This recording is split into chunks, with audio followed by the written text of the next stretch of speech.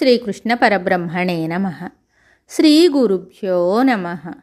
శ్రీమద్భాగవత సంగ్రహము, పంచమ స్కందము, రహూగణుడు. ఇలాగా కొన్నాళ్ళు గడిచిన తరువాత భరతుడు కూర్చున్న పొలం ప్రక్కగా బోయీలచే మోయబడుతున్న ఒక పల్లకీ వెళ్తోంది. ఆ బోయీలలో ఒకడు పల్లకీని మోయలేకుండటం చేత వాని బదులుగా ఇంకొకడు కావలసి వచ్చింది.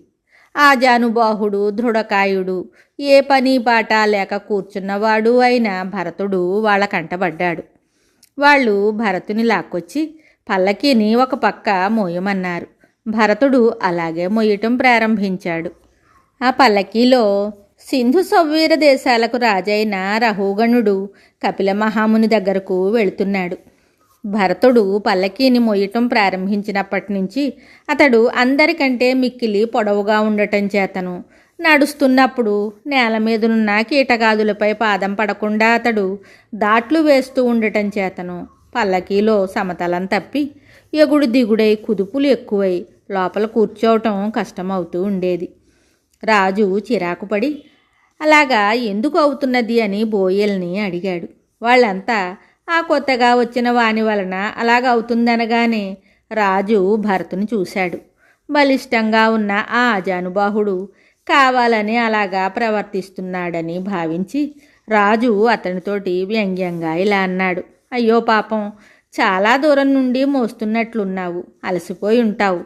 ముసలివాడివి కదా, కాళ్ళు చేతులు నడుము సరిగా నిలబడటం లేదేమో అని ఎత్తి పొడుపుగా అంటున్నప్పటికీ భరతుడు ఏమీ చెల్లించకుండా ఎప్పటిలాగే తల వంచుకొని మోసుకుంటూ ముందుకు సాగటం చూసి రాజుకి బాగా కోపం వచ్చేసింది.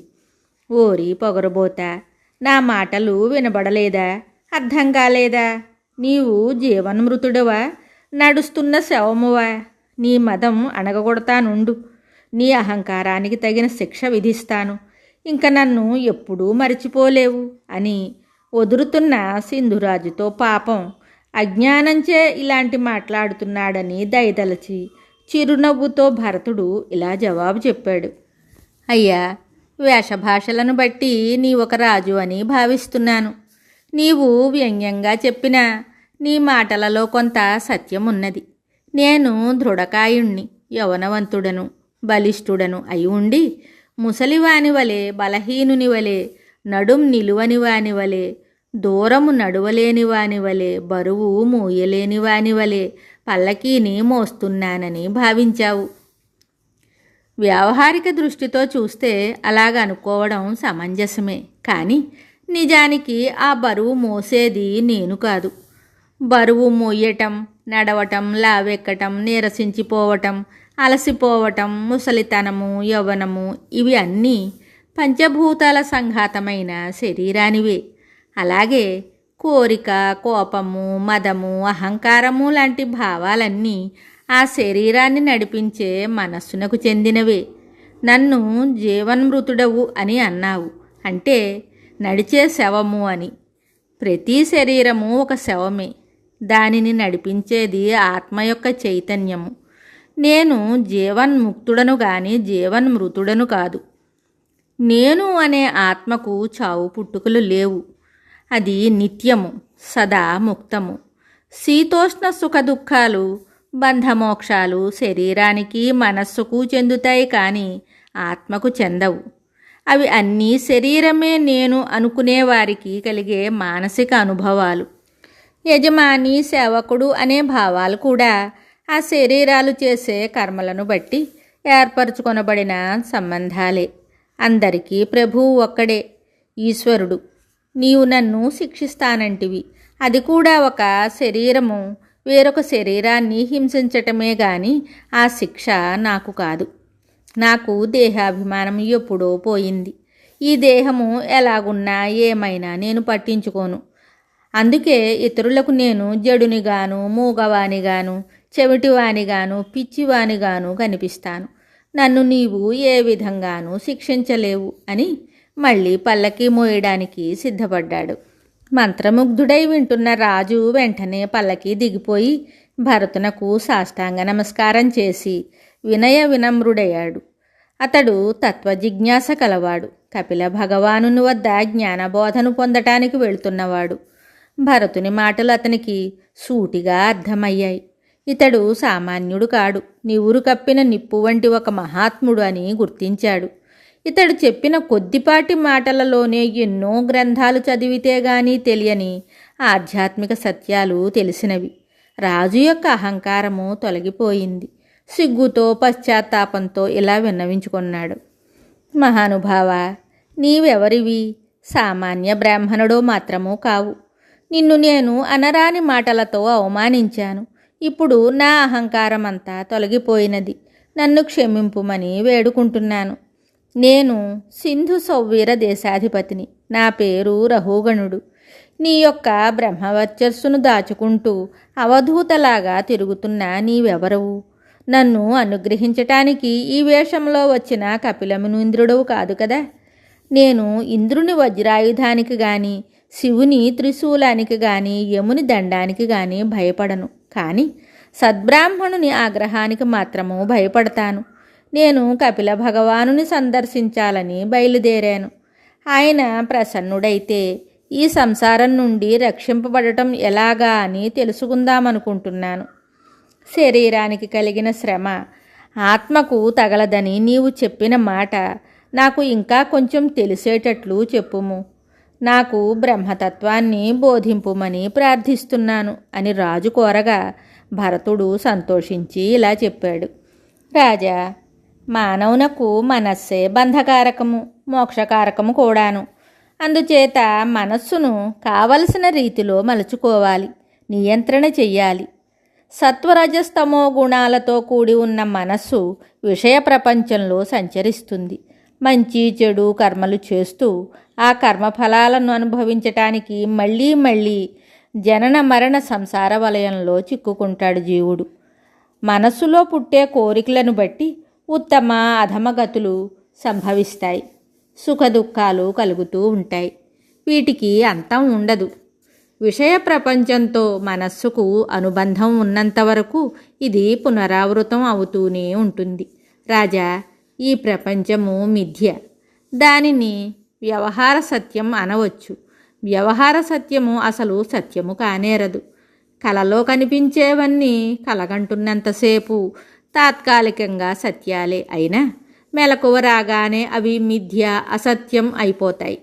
మనస్సు అనేకమైన సంస్కారాలను పొందుతుంది. వాటిని బట్టి జీవుడు దేవ, దానవ, మానవ, జంతు, పక్షి, వృక్ష, కీటక జన్మలను పొందుతాడు. మనస్సు గుణరహిత స్థితిని చేరినప్పటి అనుభవమే ముక్తి.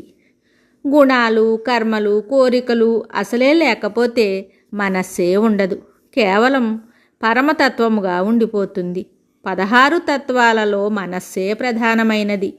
మాయచే మనస్సు కలుగుతుంది. పరిశుద్ధమైన మనస్సే ఆత్మను తనలో ప్రతిబింబించుకుంటుంది. మనస్సు వల్లనే జీవుడు దేహాలను ధరించి అనుభవాలను పొందుతాడు. ఓ రాజా, పరమాత్మ జీవాత్మ రూపంలో ఉపాధిలో ఉన్నప్పటికీ ఉపాధి యొక్క కర్మలతో గాని, వాటి ఫలములతో గాని, ఆ ఫలానుభవముతో గాని ఎలాంటి ప్రమేయము లేక కేవలం సాక్షిగా మాత్రమే ఉంటుంది. పరమాత్మ స్వయం ప్రకాశము. తానే సకల కర్మలకు కర్తనని, ఆ కర్మఫలాలకు భోక్తనని జీవాత్మ భ్రమపడడానికి కారణం మాయలోనున్న మనస్సే. ఈ భ్రమ వలననే జనన మరణాలు కలుగుతాయి. దీనివలననే తాను ఇంద్రియ మనస్సులకు పరుడనని ముక్తిదశ వరకు తెలుసుకోలేడు. ఇంద్రియాలతో సంగమును వీడలేడు. ఈ స్థితి నుండి బయటపడటానికి శ్రీహరి యొక్క పాదపద్మ ధ్యానమనే ఖడ్గముచే మనస్సును జయించి పరతత్వాన్ని తెలుసుకోవాలి. ఈ మనస్సే రజస్తమో గుణాలతో కూడి ఉన్నప్పుడు మమకారము, లోభము, పగ, మనశ్చాంచల్యము, మతిమరుపు, శోకము లాంటి భావాలతో నిరంతరము పనిచేస్తుంటుంది. సత్వగుణముతో కూడి ఉన్నప్పుడు భక్తి, జ్ఞానము ఉదయిస్తాయి. ఓ రాజా, పల్లకీని మోసే బరువు శరీరానిది కానీ నాది కాదు అనే మాటను నీవు సరిగా గ్రహించినట్లు లేదు. ఈ కనిపిస్తున్న ప్రపంచము, దాని అందున్న చరాచర భూత సృష్టి యావత్తు పంచభూతాల సంఘాతముచే ఏర్పడిన ప్రకృతి వికారాలే కదా. ఒక పాషాణము, పెద్ద బండరాయి కూడా పృథివీ యొక్క వికారమే. అది కదలదు. శరీరాలు కూడా ప్రకృతి యొక్క వికారములే. రాతి మీద మనిషి కూర్చుంటే రాతికి బరువైపోయిందే అని అనుకోము. మనిషి శిరస్సుపై ఏదైనా బరువు పెడితే అతనికి బరువైపోయింది అంటాము. రాయి, మనిషి శరీరము రెండూ ప్రకృతి వికారాలే అయినప్పుడు కదలని రాయి, కదిలే మనిషి రెండూ బరువును మోస్తున్నవి కదా. ఈ రెండింటి బరువును మోసేది పృథివీయే. శిరస్సు యొక్క బరువును మెడ, మొండము యొక్క బరువును నడుము, కాళ్ళు, మొత్తము శరీరం యొక్క బరువును పాదాలు మోస్తున్నవి కదా. అవి వేరువేరుగా భారం మోస్తున్నామని అనుకుంటున్నాయా? పృథివితో సహా సమస్త వస్తువులను ప్రకృతి ధరిస్తుంది కనుక పల్లకీలోని రాజు మోసిన శరీరము, వీటన్నింటినీ భరించే భూమి అన్నీ కూడా పృథివీ యొక్క వికారాలే. అన్నింటిలోనూ ఉన్న ఆత్మ ఒక్కటే. ఈ సత్యాన్ని తెలుసుకోలేక మోయబడే మట్టి శరీరము రాజు అని, మోసే మట్టి శరీరము సేవకుడని భిన్నంగా చూడటం అవిద్య. రాజు, బోయిలు తమ తమ కర్మల వశముచే ఆయా శరీరాలను ధరించి ఆయా ప్రవృత్తులలో ఉన్నారు. నామరూపాలతోనున్న సమస్త చరాచర వస్తువులు ఆ నామరూపాలను కోల్పోయి క్రొత్త రూపనామాలను పొందుతాయి. భూమి కూడా నిత్యము కాదు. అలాగే ఇతర భూతాలు కూడాను. పంచభూతాలు, త్రిగుణాలు, కాలము వీటన్నింటినీ కలిపి ప్రకృతి అంటారు. ఇది పరిణామాత్మకము, ఎప్పుడూ మారుతుండే స్వభావము కలది. ఇది జడాత్మకము. ప్రకృతి నుండే దేహము ఉద్భవించింది. మనస్సు కూడా జడమే, అన్నీ మాయాచోదితాలే. ఒక్క ఆత్మయే చైతన్యాత్మకము, స్వయం ప్రకాశకము, జ్ఞానస్వరూపము. అదే పరమాత్మ, బ్రహ్మము, ఏకైక సత్యము. అందుకే బ్రహ్మ సత్యము, జగన్మిథ్య అన్నారు.